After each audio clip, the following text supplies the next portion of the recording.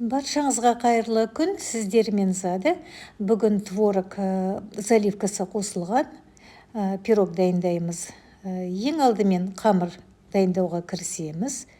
Ол үшін алдын ала еленген ұнға разрыхлитель салып араластырамыз жақсылап. Одан кейін үй температурасындағы сары майды салып жақсылап еземіз. Ұн мен майды араластырып өгілмелі крошка дайындаймыз. Екі алақанның ортасына салып өгіп шығамыз ұн мен майды. Мінекей өгілмелі крошка дайын болды.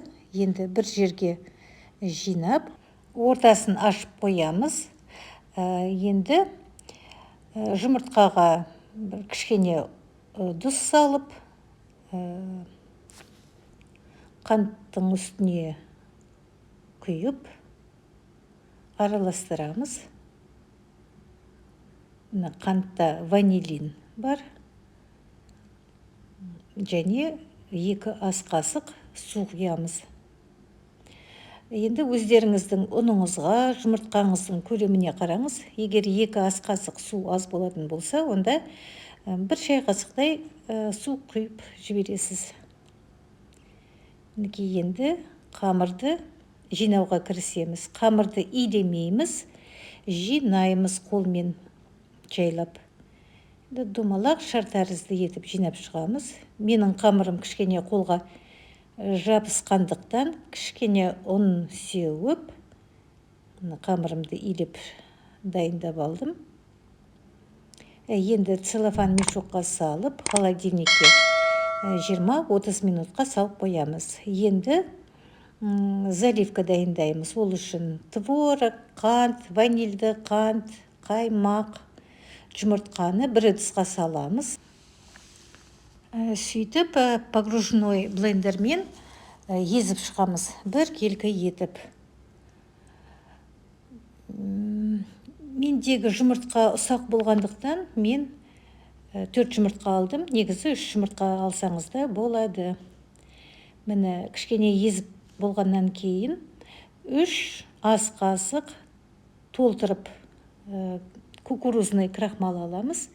Картофель крахмалын алмасаңыз болады, өйткені оның дәмі шығып тұрады начинкада. Мінекей жақсылап араластырамыз. Заливкамыз дайын. Енді холодильниктегі қамырды алып, бетіне сары май жағылып, үстіне ұн себілген формаға кішкене қамырымызды жайып алып, міне қолмен бір келкі етіп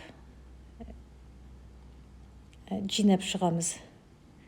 Міне қамырдың артық жерін қолмен үзіп, жетпей жатқан жеріне жалғастырсаңыз болады. Мінекей оқтаумен қамырдың шетін кескен өте ыңғайлы.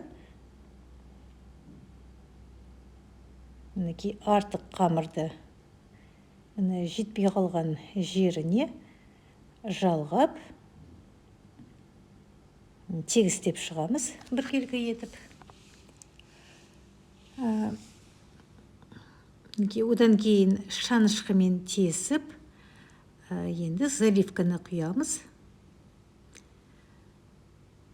Менде үйде морозильникте қатып тұрған құлпынай болды. Мен бір кішкене сол құлпынайдан алып салдым. Егер сізде болмаса, салмасаңыз да болады. Дәмді болып шығады. Енді 180 градуста қызып тұрған духовкаға бір 45-35 минутқа салып пісіріп аласыздар. Оны енді өзіңіздің духовкаңызға қарай көресіздер. Піскеннен кейін ескерту. Бұл үгілмелі пирог болғандықтан 1 сағат немесе одан да көп уақыт үй температурасында осы формасында суып тұруы керек. Оның начинкасы да, қамыры да әбден қатаюы үшін. Енді дайын болған пирогты формамен пирогтың шетінен пышақты жүргізіп, кішкене босатып, бір ыдысқа салып аласыздар. Мінекей пирогымыз дайын. Мен отбасыма осылай дайындаймын. Және де мерекелік дастарханға да пісіріп қойсаңыздар, әрі дәмді, әрі әдемі болады. Жасап көріңіздер. Ас болсын.